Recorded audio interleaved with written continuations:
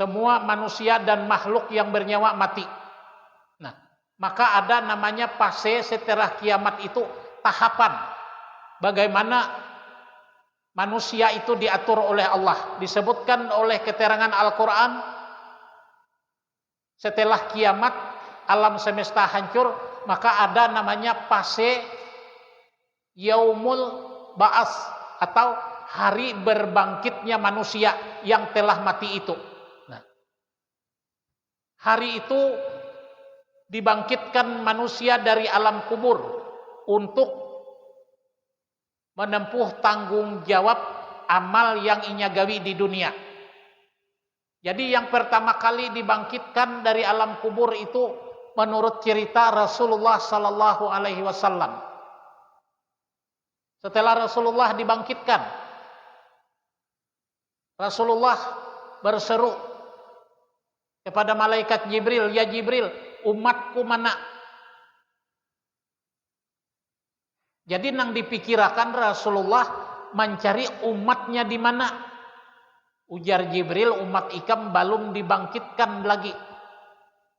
Nah, setelah umat Rasulullah dibangkitkan, bermunculan, lalu menurut cerita tangan Rasulullah itu memberi arahan kayak ini. Artinya nang kelompok umatku berdiri di posisi sebelah kananku. Maka kada bisa kita mengakui dengan serta-merta menjadi umat Nabi Muhammad kalau tidak ada tanda dan cirinya. Tanda dan cirinya salah satunya bekas wudu memancar.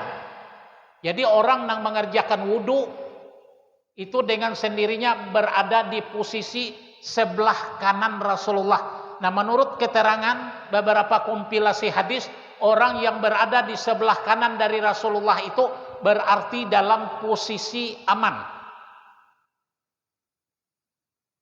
Di dalam surah Al-Hajj ayat yang ke-7, sesungguhnya hari kiamat itu pasti datang dan tidak ada keraguan padanya, dan bahwasanya Allah membangkitkan orang-orang yang di dalam kubur. Ini penjelasan Al-Quran surah Al-Hajj ayat yang ke-7. Jadi salah satu rukun daripada rukun iman, kita harus mempercayai hari kiamat dan hari dibangkitkannya umat manusia.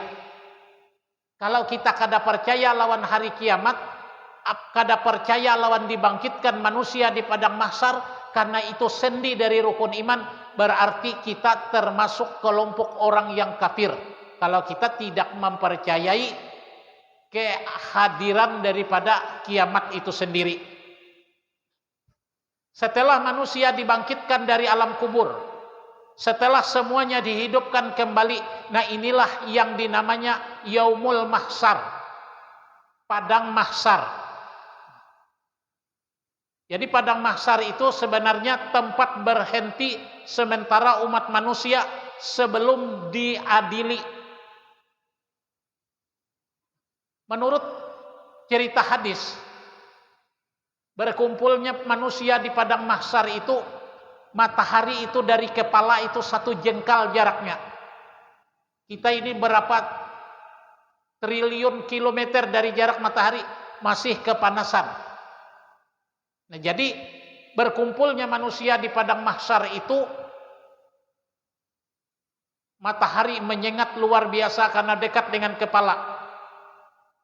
Dan di saat itulah manusia katanya dibanjiri oleh keringatnya sendiri. Nah, jadi di padang mahsyar itu bertelanjang.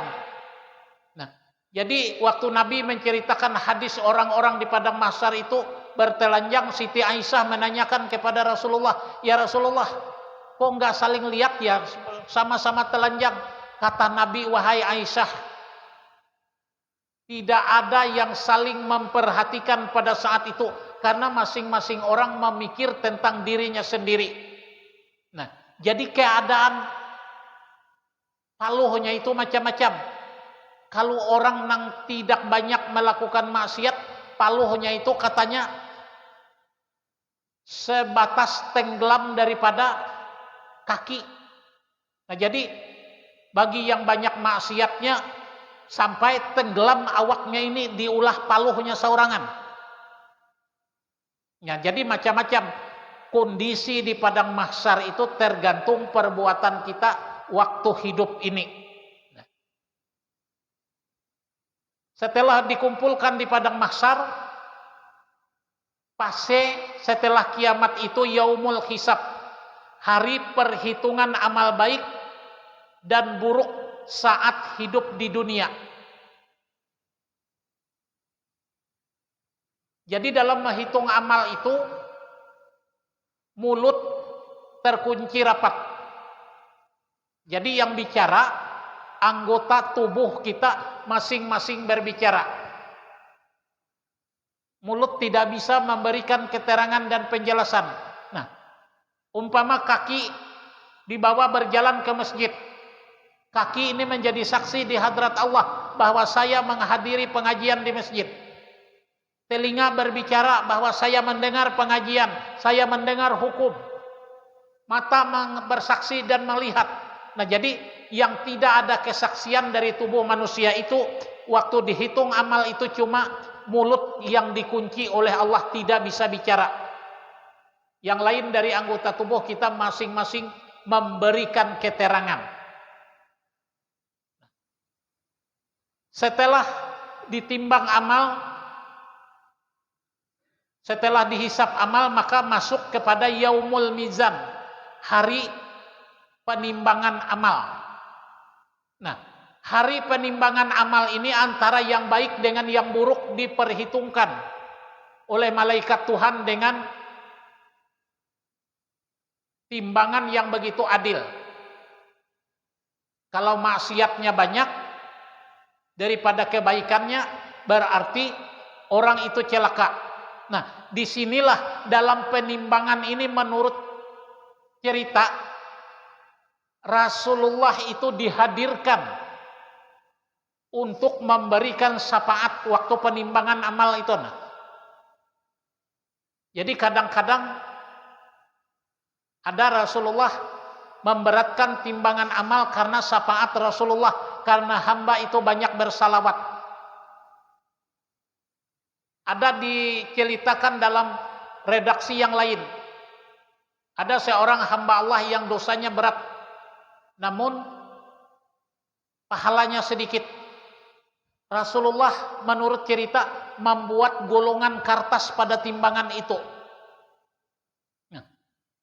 Sehingga setelah dibuat golongan kertas yang kecil pada timbangan kebaikannya itu berat kebaikan daripada dosa. Setelah diteliti apa yang dibuat oleh Rasulullah dalam timbangan itu, catatan tidak lain adalah tulisan kalimat tauhid, kalimat syahadat. Makanya kalimat tauhid, kalimat syahadat itu sering-sering kita ikrarkan, bukan hanya diucapkan dengan lidah, tapi ditasdikkan dengan hati, diamalkan dengan anggota, artinya diresapi dalam kehidupan kita. Kalau ucapan di mulut aja pengakuannya mungkin tidak benar. Nah, sekali saja kita artinya mengucapkan kalimat tauhid itu dengan ikhlas mengharapkan keridaan daripada Allah. Nah, insya Allah membantu dalam timbangan amal kebaikan kita setelah peristiwa kiamat tersebut. Nah, setelah ditimbangnya amal, ada fase selanjutnya, itaul kitab, pemberian buku catatan amal. Nah, jadi setelah amal ibadah kita ditimbang, diberi catatan kitab.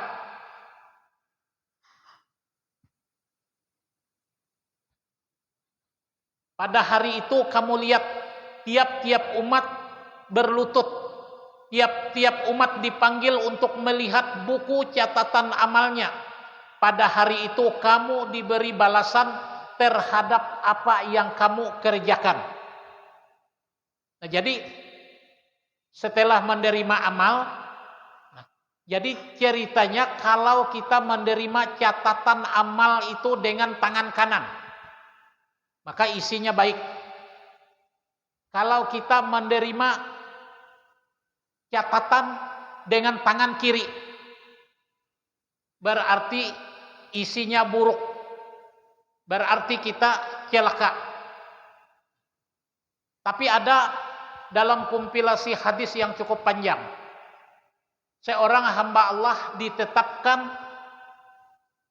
catatan maksiatnya itu banyak, catatan kebaikannya sedikit, sehingga diputuskan seseorang hamba ini masuk ke dalam neraka. Setelah digiring masuk ke pintu neraka, kata nang menjaga neraka, ini tidak ada daftar namanya ini sebagai ahli neraka. Kami tidak akan menerima dia. Bawa bulik tinjau lagi, timbang amal baiknya, timbang amal buruknya. Ujar malaikat nang membawa kami kadata salah. Telipi dan rapi pembukuan kami sesuai dengan tugasnya kami masing-masing. 3 kali dibawa ke pintu neraka, yang menjaga neraka itu tetap tidak menerima orang tersebut karena namanya tidak ada dalam daftar ahli neraka. Akhirnya dipanggil Rasulullah, ditanya kepada Nabi, ini bujurlah umat ikam. Bujur, ujar Rasulullah, ada bekas wudu di mukanya. Ini diputuskan inyani maksiatnya lebih banyak dari kebaikan, ahli neraka. Tolong, ujar malaikat, ikam beri syafaat lawan hamba ini. Maka diberilah oleh Rasulullah syafaat. Ternyata syafaat Rasulullah itu tidak mampu. Setelah diandak di dacing, tatap tabarat nang maksiatnya. Ujar Rasulullah, habis daya upayaku untuk membela dan membantu si hamba ini. Nah, akhirnya apa? Disinilah Allah ikut bicara dengan hamba tersebut. Kata Allah, wahai malaikatku, kalian bujur aja mencatat kada data salah. Cuma hamba itu ada barahasia lawan aku.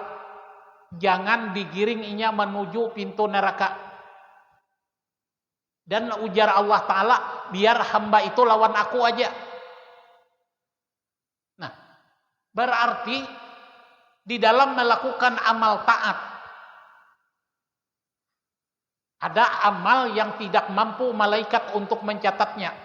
Nah, amal di sini bukan